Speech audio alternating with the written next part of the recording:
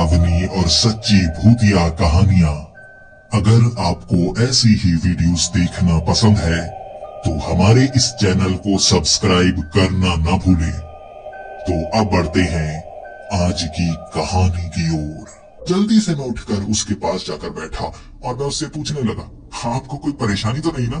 कोई परेशान तो नहीं कर रहा ना? मैं देख रहा हूँ आप कब से किसी का इंतजार कर रही हैं। तभी वो अपना सर झुकाकर कहने लगी, हम जिसका इंतजार करते रहते हैं हर बार वो नहीं आता। कई बार इंतजार ही रह जाता है। जब आपको धोखा मिल जाए तो वो इंतजार बहुत लंबा हो जाता है और शायद अब मैं और इंतजार नहीं कर पाऊंगी। ये गुलदस्ता आपके लिए, और ये अंगूठी भी अगर आप किसी को देना चाहते हैं तो दे सकते हैं। मैंने मुस्कुराते हुए उसे कहा, नहीं नहीं, देखिए इसकी जरूरत नहीं है। लेकिन वो मेरे हाथ में वो डिब्बी पकड़ाकर, वो महंगे वाला गुलदस्ता पकड़ाकर रोती रोती बाहर की तरफ भागी थी। जैसे ही मैंने वो डिब्बी खोली, उसमें हीरे की अंगूठी थी। महंगी हीरे को मैं पहचानता हूँ, ये देखते ही मेरे होश उड़ गए।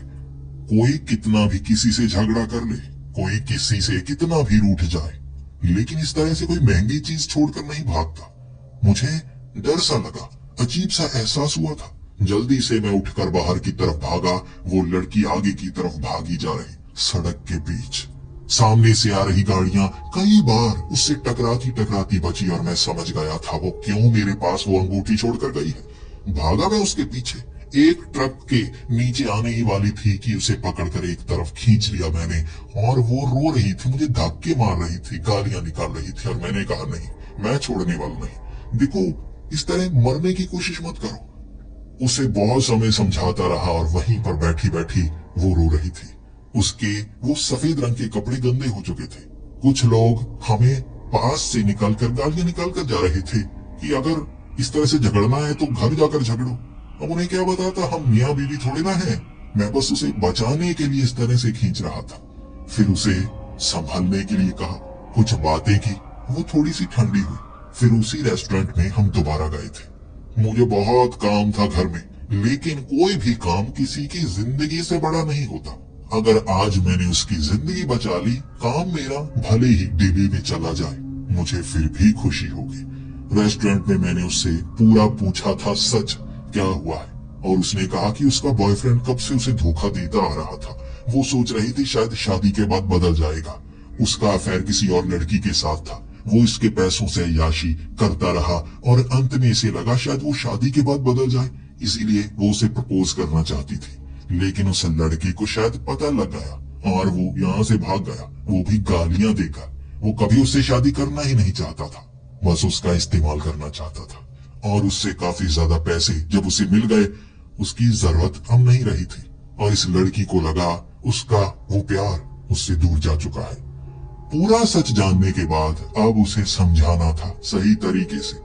मैं उसको कहने लगा, ये तो बहुत अच्छा हुआ, तुम्हें पता तो था वो कितना बुरा है, तुम्हें ऐसा क्यों लग रहा है आज तुम्हारी जिंदगी बदल गई।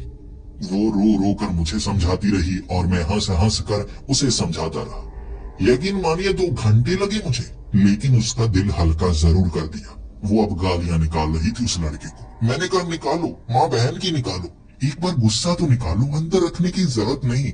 गुस्सा अंदर भर जाए तो हमें नुकसान पहुंचाता है, गुस्सा निकल आए तो दूसरे को नुकसान पहुंचाता है, और हमेशा खुद को नुकसान पहुंचाने से बेहतर दूसरे को नुकसान पहुंचाना होता है, ये मेरा मानना है।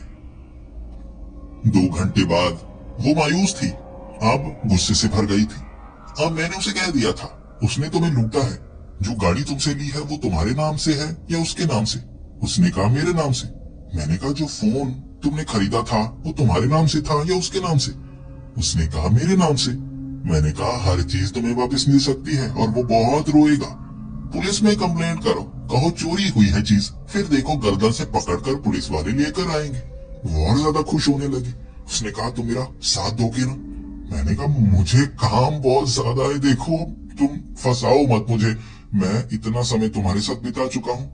वो जिद करने लगी और बहुत जिद्दी थी, सच में मुझे खींच कर ले गई। रात के 10 बजे तक पुलिस स्टेशन में हम कंप्लेंट करते रहे। उस रात जब मैं वहां से निकला था, मुझे गले से लगाकर गई थी और कह रही थी, सुबह फोन उठाना, घर से तैयार होकर निकल आना, पिक मैं तुम्हें खुद ही कर लूंगी। अब मुझे काम है उसे कैसे समझाता, वो काम करने नहीं दे रही थी। सुबह ही मुझे घर से उठा दिया। उसके बाद उस लड़के की पिटाई जो करवाई उसने, वो खुश हो रही थी, मुस्कुराहट थी उसके चेहरे पर। पुलिस ने उस लड़के को पीटा वो अलग से। जितना सामान इसके नाम से उसने खुद छीन रखा था, हर चीज निकलवाई इसने। कितना पैसा दिया था इस लड़की ने उस लड़के को, अब पता चला था। ये सब कुछ उसने बताया और मैं काफी ज्यादा खुश। उसके चेहरे पर मुस्कुराहट आ गई थी। जिंदगी जीने की नई कोशिश कर रही थी वो। जैसे उस लड़के पर गुस्सा उसे अब वो प्यार को दूर करने के लिए काफी हो चुका था। मुझे क्या पता था, मुझसे दोस्ती उसे अच्छी लग गई थी और अगले 3-4 दिन हर शाम वो मुझे कहती कॉफी पीनी है, जल्दी पहुंच जाओ। मैं कहता काम बहुत है, वो घर पर पहुंच जाती। गलती कर दी उसे अपना एड्रेस देकर और शाम को वो गाड़ी लेकर वहां पहुंच जाती और मुझे लेकर वो कॉफी शॉप पहुंच जाती। मैंने उसकी मदद की थी और वो चाहती थी कि मैं तुम्हारी मदद करूं। मैंने कहा तुम मेरी मदद नहीं कर पाओगे। उसने कहा बताओ कोई लड़की तुम्हें पसंद है, मैं उस लड़की को तुम्हारे पास लेकर आऊंगी, उठाकर लेकर आऊंगी। बताओ पैसे की जरूरत है तो मैं तुम्हें पैसे देने को तैयार हूँ। काम में परेशानी है तो मुझे बहुत ऊंची पहुंच वाले लोग जानते हैं, सारे काम होंगे। बताओ मुझे तुम्हारी मदद करनी है।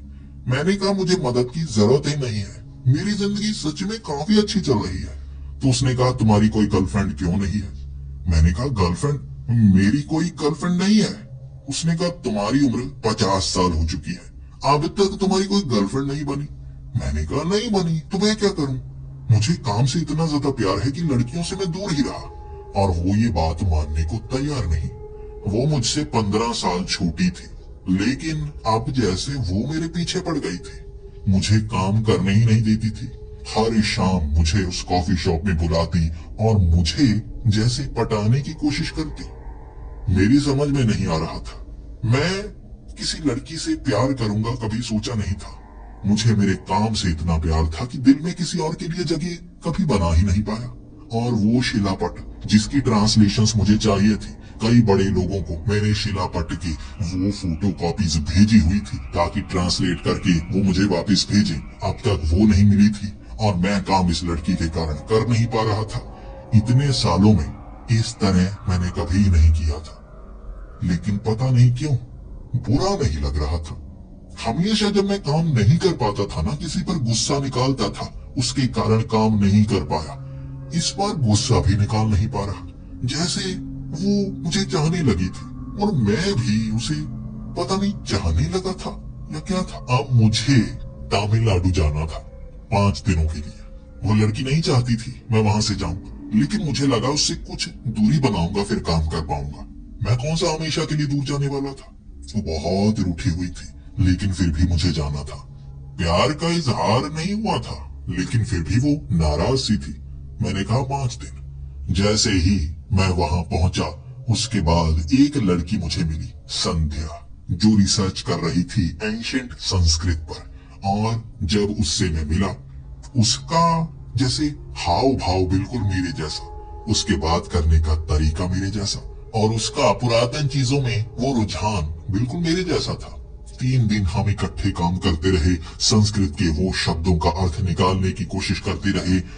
और मैं कितनी लड़कियों के साथ काम कर चुका था, पता नहीं इस उम्र में आकर ऐसा लगने लगा था मेरा झुकाव लड़कियों की तरफ होने लगा है। संध्या मुझे पसंद आने लगी थी। अब मैं उस लड़की को पसंद करूं या इसे पसंद करूं, मेरा दिमाग उलझने लगा था। अब वो लड़की जो सबसे पहले मिली थी, वो भी मुझे शाम को फोन किया करती थी, और उसका फोन जब कट होता तो संध्या का फोन आ जाता कि संस्कृत के इन शब्दों का अर्थ हम निकाल पाए हैं। इकट्ठे रिसर्च करते रहे हम। इसके बाद एक और बड़े शिलापट्ट पर जो लिखा हुआ था, उसकी ट्रांसलेशन भी पूरी कर ली थी। वहां जो लिखा हुआ था उसने और ज्यादा डरा दिया था। विष कन्या उस शिलापट्ट के ऊपर भी लिखा था, और नीचे लिखा हुआ था यहाँ रखी हर चीज श्रापित है, और ये श्राप किसी और तरीके से काम नहीं करता। विष कन्याएं आपको वो चीज हरने नहीं देती। विष कन्या हर कोशिश करती है उस चीज को आपसे छीनने की। ये चीज उन्हीं के पास सुरक्षित है और उन्हीं के पास सुरक्षित रहेंगी हमेशा के लिए। और नीचे लिखा था वो सुरक्षित कमरा जो विष कन्याओं के पास होगा वो शाप से भरा होगा। जो भी उस विष कन्या के उस दरवाजे के अंदर कदम रखेगा वो मारा जाएगा विष कन्या के हाथों।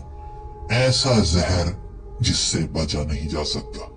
अब उस शिलापट्ट पर ये था और संध्या मुझे कह रही थी, ये शिलापट्ट कहाँ से मिला है जिसकी तुम ट्रांसलेशन करते आ रहे हो, आखिर मिला कहाँ से है? काफी कमाल की चीज है। तुमने वहां पैर तो नहीं रखा ना? कहीं तुम्हें कोई विष कन्या मारने ना आ जाए। तो मैं अपना दिमाग चलाने लगा था, क्या ये सच हो सकता है? जो पहले बड़े शिलापट्ट पर मैंने पढ़ा था उस पर भी ये लिखा था कि अंदर पैर नहीं रखना है। मैंने पैर तो रखा था। वहां जितने भी लोग थे हर किसी ने पैर वहां रखा था, हर कोई अंदर गया था। क्या सच में वो लड़की की मौत जो हुई है, जो हमारी साथी थी, जो जहर देकर मारी गई, क्या उसका रिश्ता इसके साथ हो सकता है? 5 दिन बाद मुझे अपने शहर वापिस आना था और संध्या ने मुझे मेरी गाल पर किस करके कहा था, वादा करो हम दोबारा मिलेंगे। वो मुझे बहुत ज्यादा पसंद करने लगी थी। वो कह रही थी मैं तुमसे प्यार करती हूँ। मैं भी उसे पसंद तो कर रहा था, लेकिन उससे कोई वादा नहीं किया था मैंने। वहां संध्या को छोड़कर जब मैं अपने शहर आया तो वो लड़की मेरे पीछे पीछे, अब वो भी मुझसे प्यार करने लगी थी। 50 की उम्र में आकर इस तरह लड़कियां मेरे पीछे पड़ने लग गई हैं। जब जवानी थी कोई लड़की मेरे करीब तक नहीं आई, मैंने कभी ध्यान ही नहीं दिया। अब हो क्या रहा है मैं समझ से बाहर पा रहा था। जब वहां उस शिलापट्ट के बारे में मैंने अपने साथियों को बताया और एक खबर थी जो इन शब्दों को उन तक पहुंचने से पहले मुझे डरा चुकी थी। 4 साथी और मारे जा चुके थे। कुल 20 लोग थे जो हम अंदर गए थे, उनमें से 5 मारे जा चुके हैं। वो लड़की पहले और 4 अब, और ये जो चारों मरे हैं इन चारों को जहर देकर मारा गया है। बड़ी इन्वेस्टिगेशन चल रही थी कि कोई पूरी टीम को मारने पर उतारू है और कोई भी ऐसा मिल नहीं पा रहा है जो शक के दायरे में हो। हर बार हर एक ऐसे मारा गया कि वो उस जगह अकेला था। एक साथी एक रेस्टोरेंट में खाना खा रहा था। जब वो बाथरूम गया, वो बाथरूम के उस कमरे से बाहर ही नहीं निकला। अंदर मरा हुआ पाया गया। किसी ने उसे जहर दे दिया था। मुंह से झाग निकल रही थी। जबकि एक और लड़की जो अपने घर में मरी पाई गई, उसका पूरा शरीर नीले रंग का हो गया था और पांव में एक सुई चुभी हुई थी।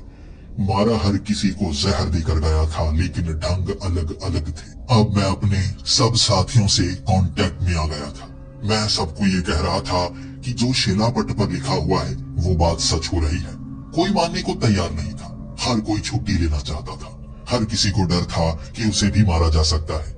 जितने भी लोग मारे गए थे आसपास के इलाके में ही मारे गए थे और उनका मानना था टीम के लोगों को ढूंढ ढूंढ कर कोई मारने की कोशिश कर रहा है, इसीलिए सब लोगों को बिखरना होगा। हम 15 लोग अलग अलग जगह जाने वाले थे। मैं गुजरात चला गया था। वो लड़की भी फोन करके मुझसे पूछे जा रही कि मैं वहां क्यों गया हूँ, और संध्या भी मुझसे पूछ रही। मैं जैसे हर किसी से दूर होना चाहता था, किसी पर यकीन नहीं कर सकता, लेकिन ये 2 लड़कियां यकीन लायक थी। अब यहाँ मेरा एक साथी जिसका नाम धर्मिंदर था, उसने मुझे फोन करके कहा था मेरी शादी पर नहीं आओगे? मैंने कहा शादी? अबे तूने बताया तो है नहीं, लड़की ढूंढ ली? उसने कहा हाँ ढूंढ ली। वो तमिलनाडु में शादी करने वाला था और उसने मुझे फोन पर कहा था तुझे आना होगा, सब मना कर रहे हैं, तू तो आजा। मैंने कहा नहीं आ पाऊंगा, देख यहाँ भी जरूरी काम है। एक शिलापट्ट की जो संस्कृत के शब्दों की वो ट्रांसलेशन है, मुझे लगता है यहाँ पर मिल सकती है मुझे। यहाँ एक खास जगह है जहाँ पुराने शिलापट्ट पाए गए थे, उनकी ट्रांसलेशन एक प्रोफेसर ने विदेशों में ढूंढ ढूंढ कर की थी। बेट द्वारका, मुझे बेट द्वारका जाना है और वो मुझसे बहुत ज्यादा गुस्सा था। बेट द्वारका में पहुंच गया था मैं। वहां शिलापट्ट जिसकी ट्रांसलेशन मैं करने वाला था, वहां पर मुझे कोई मिला था। हमारी टीम की एक मेंबर अपूर्वा, वो भी वहां पर पहुंची हुई थी बेट द्वारका में। उसे देखकर मुझे ऐसा लगा जैसे अचंभा है, वो यहाँ कैसे पहुंच गई? और उससे बातों में मुझे पता लग गया वो मेरी बातों पर यकीन कर रही थी। वो खुद ढूंढने की कोशिश कर रही थी। शिलापट्टों की तस्वीरें उसके पास भी थी, उसकी ट्रांसलेशंस वो भी ढूंढ रही थी, और जिस शिलापट्ट की ट्रांसलेशन मैं यहाँ ढूंढने आया था, उसी शिलापट्ट की ट्रांसलेशन वो भी ढूंढने आई थी। उसका भी मानना था हम सब मरने वाले हैं, हम सबको विष कन्या मारने वाली है। उस जगह एक शाप था, विष कन्या उस शाप को पूरा करने के लिए यहाँ हमें मारने के लिए जरूर आएंगी। मैंने उससे पूछा था, ये विष कन्याएं कहाँ से आई हैं? क्या वो जो मूर्तियां हैं उन विष कन्याओं ने चुराई हैं? क्या एक एक करके वो तलवार और वो सोने की चीजें भी चुराएंगी? उसका कहना था हाँ, हो सकता है।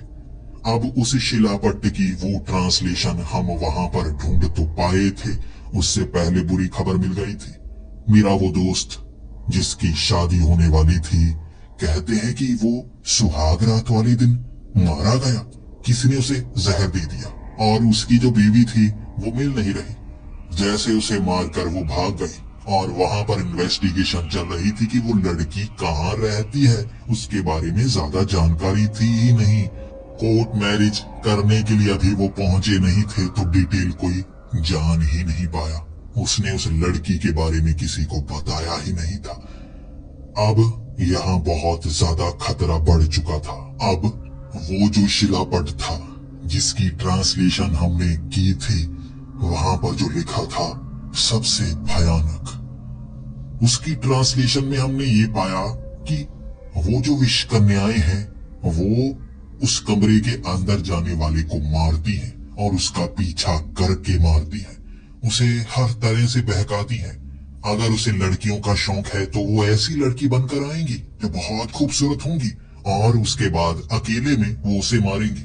जिसे धन का शौक है वो धनवान बनकर आती है। जिसको जैसा शौक, वो उसका शौक पूरा करने के बाद उसे मौत के घाट उतार देती हैं, और वो ऐसा बहुत जल्दी जल्दी करती हैं। हमें बस उसके बाद किसी भी औरत पर भरोसा नहीं करना है। वो अलग अलग तरीके से मारने के लिए करीब आती ही रहती हैं। ये पता करने के बाद अपूर्वा ने कहा था, एक लड़की मेरी नई नई दोस्त बनी है और वो हमेशा मुझे जैसे घर आने के लिए कहती रहती है। तुम्हें तो पता है ना, मुझे लड़के नहीं पसंद, मुझे लड़कियां पसंद है, और वो हमेशा मुझे घर आने को कहती रहती है। मेरा मन भी करता है, क्या वो विष कन्या हो सकती है?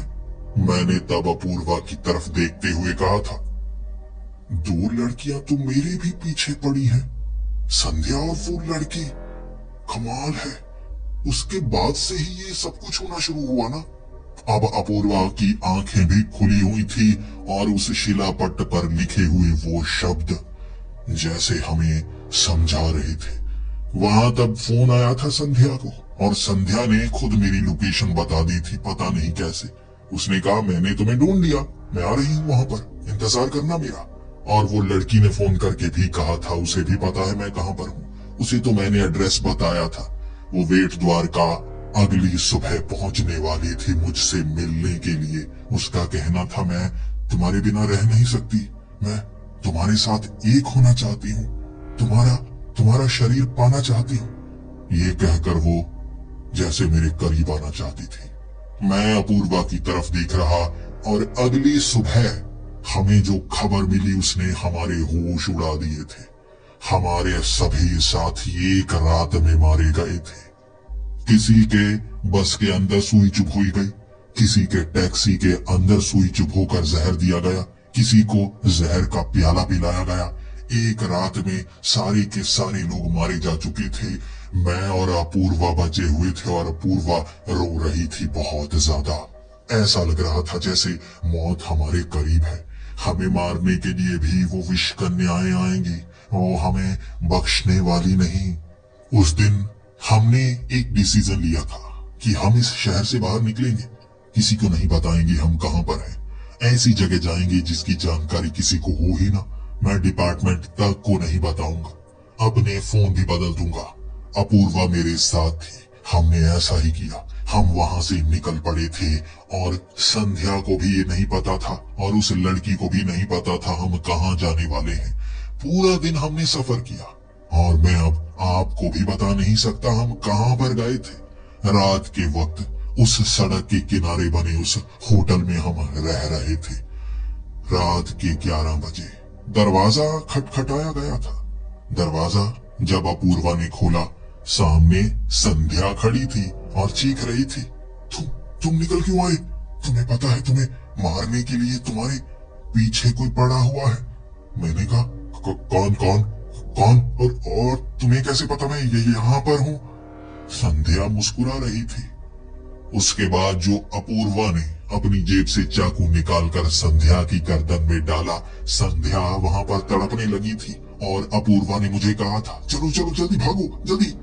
मैं अपूर्वा का हाथ पकड़कर वहां गाड़ी में बैठ वहां से दूर जा रहा था और हमारी गाड़ी के पीछे भाग रही थी वो लड़की। अब मुझे सब समझ में आया। दो विष कन्याएं, वो संध्या और वो लड़की दोनों एक साथ उस गाड़ी के पीछे भागी थी और उनकी रफ्तार कितनी तेज थी। गाड़ी 60 किलोमीटर पर आवर की स्पीड से जा रही थी और तब भी वो पीछा कर पा रही थी। लेकिन रफ्तार जब उसके बाद बढ़ गई, हम बहुत दूर निकल आए। तब अपूर्वा मेरी तरफ देख रही थी और मैं उसकी तरफ। इससे बचेंगे कैसे? वो आखिरी शिलापट में कुछ ना कुछ तो होगा ना। उसकी ट्रांसलेशन हमें चाहिए होगी। उसकी ट्रांसलेशन हमें चाहिए होगी। उसके बाद मुझे अपूर्वा ने वो ट्रांसलेशन दी थी। वो काफी समय पहले वो ट्रांसलेशन कर चुकी थी। वो पन्ना जब वहां रुकी हुई गाड़ी में उसने मेरे हाथ में पकड़ाया था, मैं जल्दबाजी में उसे पढ़ना चाहता था और वहां लिखा हुआ था, इसका अंत तब होगा जब हर एक जो वहां गया उसका अंत होगा। सभी सामान वहां से निकाला जाएगा और फिर से एक नई जगह पर रखा जाएगा उन विष कन्याओं द्वारा। इसके बाद मैं अपूर्वा से पूछने लगा, तो मरना ही आखिरी रास्ता है? सब मरेंगे, उसके बाद ही अंत होगा? और अपूर्वा ने मुस्कुराते हुए मुझे एक अखबार पकड़ाई थी जिसके नीचे खबर थी। वहां नीचे खुदाई में मिला हर सामान गायब हो चुका था। तलवार भी गायब हो गई, किसी ने चुरा ली। वो मूर्तियां तक गायब हो गई और मैं अपूर्वा से अब यही जानना चाहता था, क्या करें, अब कहां जाएं? अपूर्वा ने अपने मोबाइल पर एक तस्वीर दिखाई थी। वो तस्वीरें जो हमने अंदर खींची हुई थी, वहां पर 2 मूर्तियां उस दरवाजे के दोनों तरफ थी। लेकिन ध्यान नहीं दिया, उस कमरे के अंदर छत के बिल्कुल बीचों बीच एक और मूर्ति बनी हुई थी, एक और विष कन्या की। 3 विष कन्याओं की मूर्तियां थीं और मुझे अपूर्वा ने कहा, वो मूर्तियां नहीं, विष कन्याएं हैं, विष कन्याएं।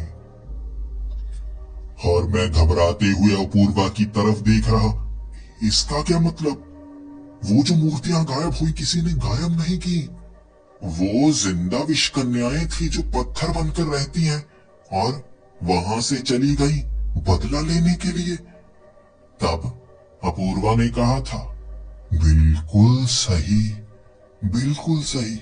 और सिर्फ 2 विष कन्याएं नहीं है, 3 है। 2 पीछे रह गई, एक तुम्हारे साथ। अपूर्वा की आंखों का रंग लाल हो गया था। ये अपूर्वा थी ही नहीं। अपूर्वा का वेश धारण किए कोई और भयानक सा चेहरा, बिल्कुल वो मूर्ति की तरह। उसके नीचे के कपड़े थे, ऊपर के नहीं, बिल्कुल उस मूर्ति की तरह। और उसने मेरे माथे पर अपना वो नाखून चुभोया था। वहां मैं गाड़ी चला रहा था, लेकिन हाथ पांव मेरे सन्न होने लगे थे। और उसने मुस्कुराते हुए कहा था, अपूर्वा तो कब की मर गई, अपने घर में उसकी लाश पड़ी है, अब तक किसी को मिली नहीं। तुम्हारे साथ भी वो होगा जो तुम्हारे लिए बना हुआ है। मेरी गाड़ी एक पेड़ से टकराई थी और मेरे साथ बैठी अपूर्वा जैसी वो विष कन्या वहां से गायब हो चुकी थी। मेरा शरीर धीरे धीरे ठंडा फिरने लगा। मुझे लगा मौत ऐसे ही होती है ना, गला घुटने सा लगा था, शरीर सन्न सा होने लगा था और एक्सीडेंट देखकर कुछ लोगों ने मदद करने की कोशिश की थी। शायद मैं बचा लिया जाऊं। हर कोई जिसकी लाश मिली थी वो मारा गया था, बस मैं जिंदा था जिसे अस्पताल पहुंचाया गया। उसके बाद मेरा शरीर काम नहीं कर रहा। मेरे शरीर को जैसे लकवा मार गया था। मेरी एक तरफ का शरीर चल रहा था, एक तरफ की आंख चल रही थी, होंठ चल रहा था, एक बाजू एक टांग, जबकि दूसरी तरफ का शरीर का हिस्सा बिल्कुल काम नहीं कर रहा था। इस तरह मैं जिंदा तो बच गया था, लेकिन वो विष कन्या शायद दोबारा आए मुझे मारने के लिए, क्योंकि काम पूरा नहीं हुआ। और मैं जानता हूं मैं बचूंगा नहीं, मैं नहीं बचूंगा, वो मुझे नहीं छोड़ेगी। 5 साल पहले ये घटना हुई थी। आज तक मैं मारा नहीं गया और इस सवाल का जवाब धीरे धीरे मेरे समझ में आया था। मुझे मारना चाहती ही नहीं थी। एक पैर रखा था मैंने अंदर, आधा ही गया था मैं उसके अंदर और मेरे आधे शरीर को लकवा मार गया। जैसा वो चाहती थी वैसा हुआ। सजा बराबर दी गई, ना ज्यादा ना कम। आज भी मैं पलंग पर लेटा हुआ हूँ।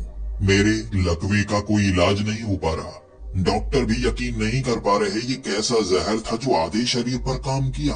हम आज तक ऐसा जहर बना नहीं पाए जैसा जहर मुझे दिया गया मारने के लिए। और डॉक्टरों का मानना है कि उन्होंने मुझे बचा लिया, सिर्फ लकवा हुआ। लेकिन मैं जानता हूँ मुझे अस्पताल नहीं भी ले जाया जाता तो मैं मारा नहीं जाता। मेरी सजा मेरे आधे शरीर को दी जाती और उन्होंने वैसा किया। वो विष कन्याएं कहाँ गई कोई नहीं जानता। वो खजाना, वो सोने की चीजें कहाँ गई कोई नहीं जानता। तलवार भी म्यूजियम से गायब हो चुकी थी।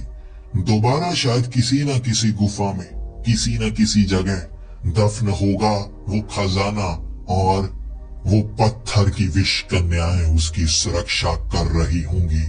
और वो शिला पट्ट जो गायब हो गए हैं वहां लगा दिए गए होंगे चेतावनी के तौर पर।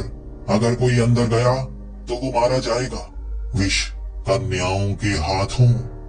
मेरी बात पर कोई यकीन नहीं करता, लेकिन कहते हैं मरते हुए इंसान झूठ नहीं बोलते।